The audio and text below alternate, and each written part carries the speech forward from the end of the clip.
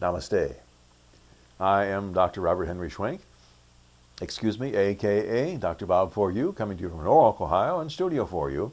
All information you might like to have can be found at the end of this video. Comments and questions are always welcome. If you're watching on YouTube, you can place your comments or questions in the section below. Today's topic is, you deserve happiness, which flows out of the meaning of life.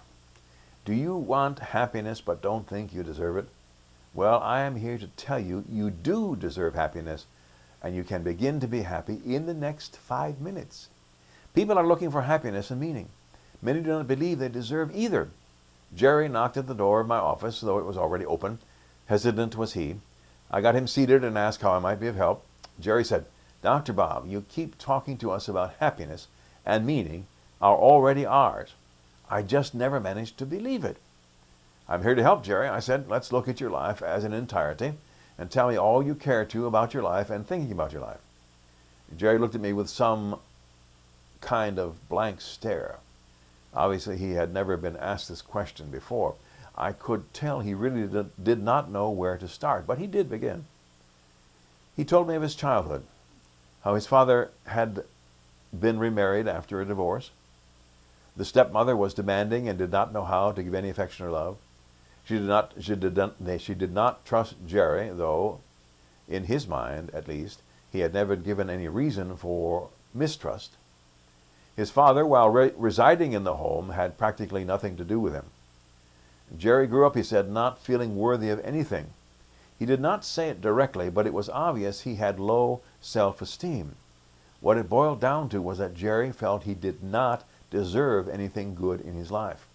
It was painfully apparent, even early in the story, that the reason Jerry could not grasp happiness was because he felt he did not deserve it. Therefore, meaning was left out of his life as well. Well, Jerry spent the next 45 minutes or so relating his life story. Though I had a good grasp of what was happening with Jerry, I encouraged him to continue his narrative until he ran down. I needed to show him that he at least was truly worthy of a sympathetic ear. "Jerry," I said, "you do not feel worthy of happiness, do you?"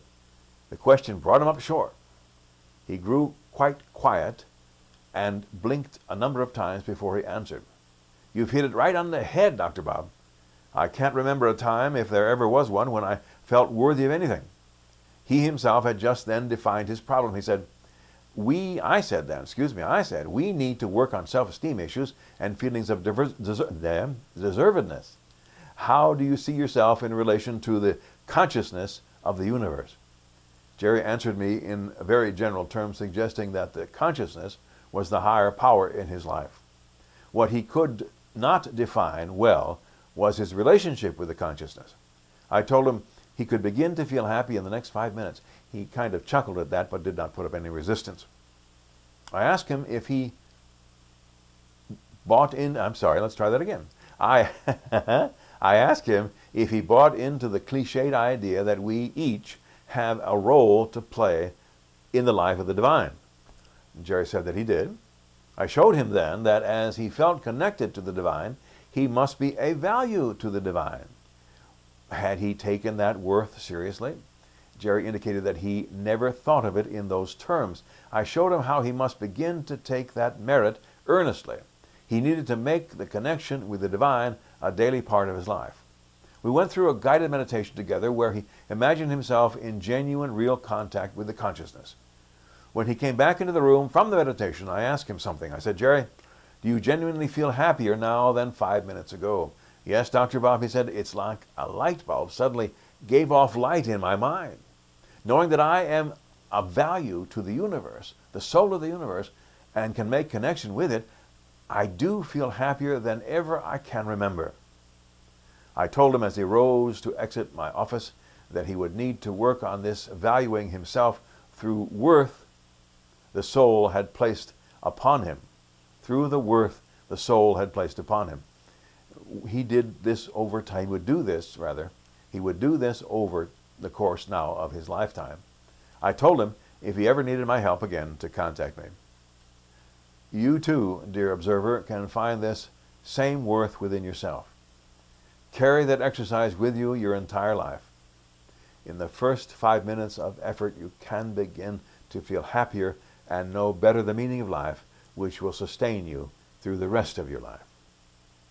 This has been Dr. Bob for you. Comments and questions are always welcome, as I have said. Remember these words from Sam Keen: the power, potential, promise of your being is integral to being, becoming itself. Namaste.